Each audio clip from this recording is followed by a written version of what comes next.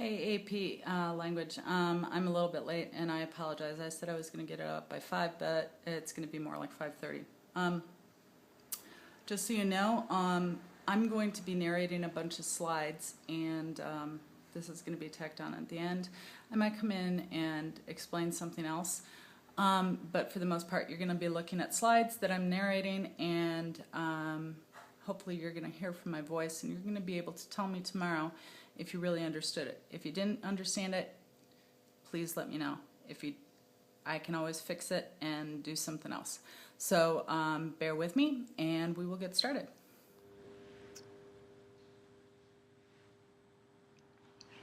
So gestures are a very effective way to communicate with other people.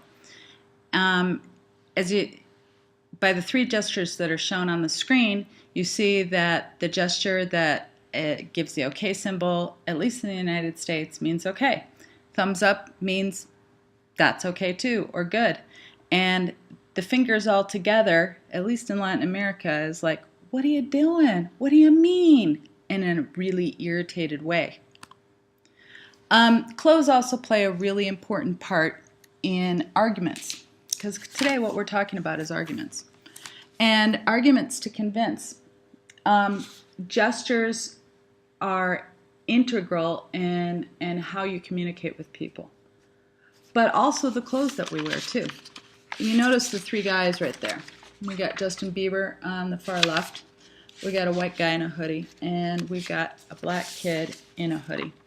And if you guys know anything about the kid on the far right, his name is Trayvon Martin, and he was 17, about your age, when he was killed, because he was wearing the outfit that Justin Bieber, the white guy in the middle, was wearing. He looked suspicious. This is another picture of the same kind of outfit. Clothes in and of themselves are an unspoken argument.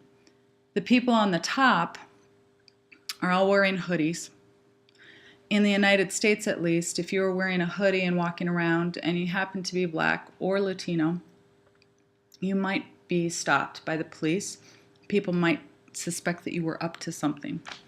But in reality, if you look at the top one and you look at the bottom part of the picture, those are all doctors. And I don't know if you would ever suspect, if they were walking with their hoodies, that they were all actually doctors. Yeah, they go to the College of Medicine at Howard University. It's a little disturbing to think that we can judge people based on the clothes that they wear. So arguments can be anything. Most of the time we think of an argument as something that we talk about, that we're arguing with our brother or our sister or our mom or our dad, but it can be anything. It's written, spoken, or visual, and it must express a point of view. There are 7 basic types of arguments. And we will get to those later. But all of the arguments have to do with arguments that want to win are all based on politics, business, law, or something in school.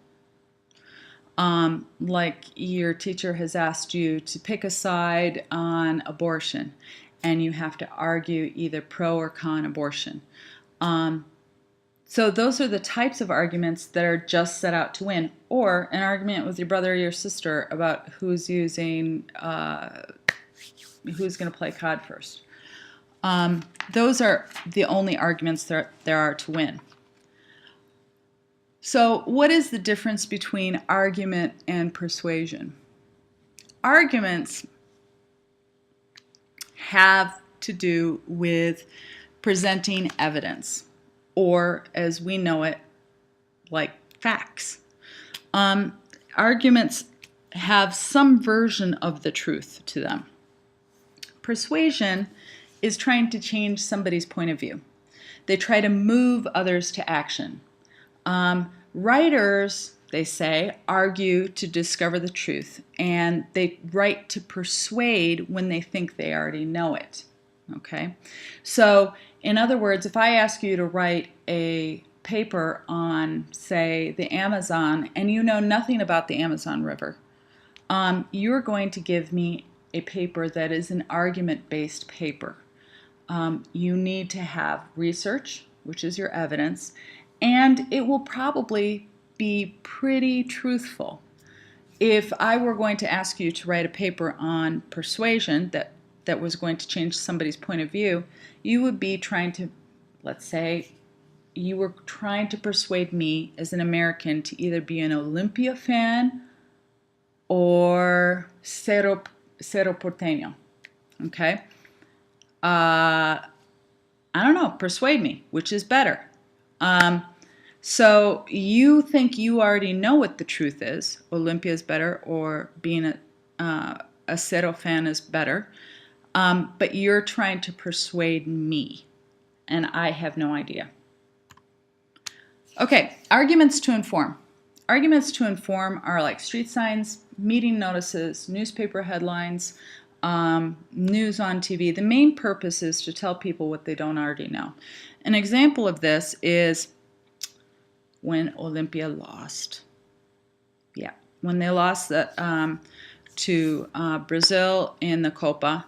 And if you weren't watching it on TV and you didn't watch it in the morning news, you read it in ABC Color, or when Fernando Lugo was impeached. Those are all arguments to inform. Remember, I said that arguing is not arguing to persuade. The arguments are there just to tell us information sometimes. Okay, there are also arguments to convince. Usually arguments to convince are just reports to convince a general public. They're never addressed to people who are opponents, but there's always an implied criticism. For example, if you were an Olimpista and you wanted to convince me to cheer for Olimpia, even though they just lost the Copa, I'm sorry, but let's just go with it for a minute. You're going to be addressing me because I could care less who wins, Olimpia or Brazil. Well, I kind of did care, but I didn't really care in the grand scheme of things. So you're trying to convince me to cheer for Olimpia. And somebody else might say, well, but I think that she should cheer for Cerro Porteño. Okay. If you were trying to convince me to cheer for Olimpia, you would say everything that was good about Olimpia, but also you'd be implying criticism to everybody who is a Cerro fan, right? There's a really interesting argument about IQ in here. And I'm going to read it to you real quick. There is no magic point at which a genuine college-level education becomes an option.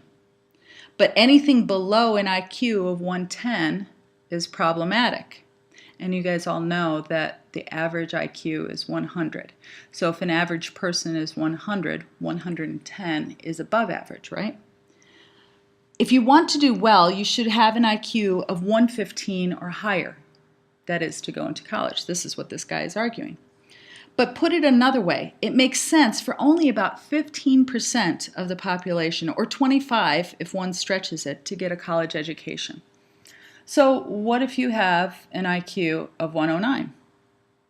Does he convince you that only 15% of the population should go on to college? I don't know. Is it problematic if you have an IQ lower than 110? I don't know. Okay.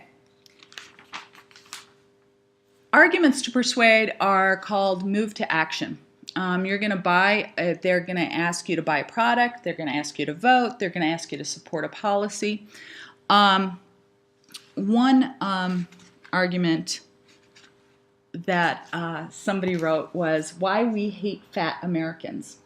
So listen for just a minute.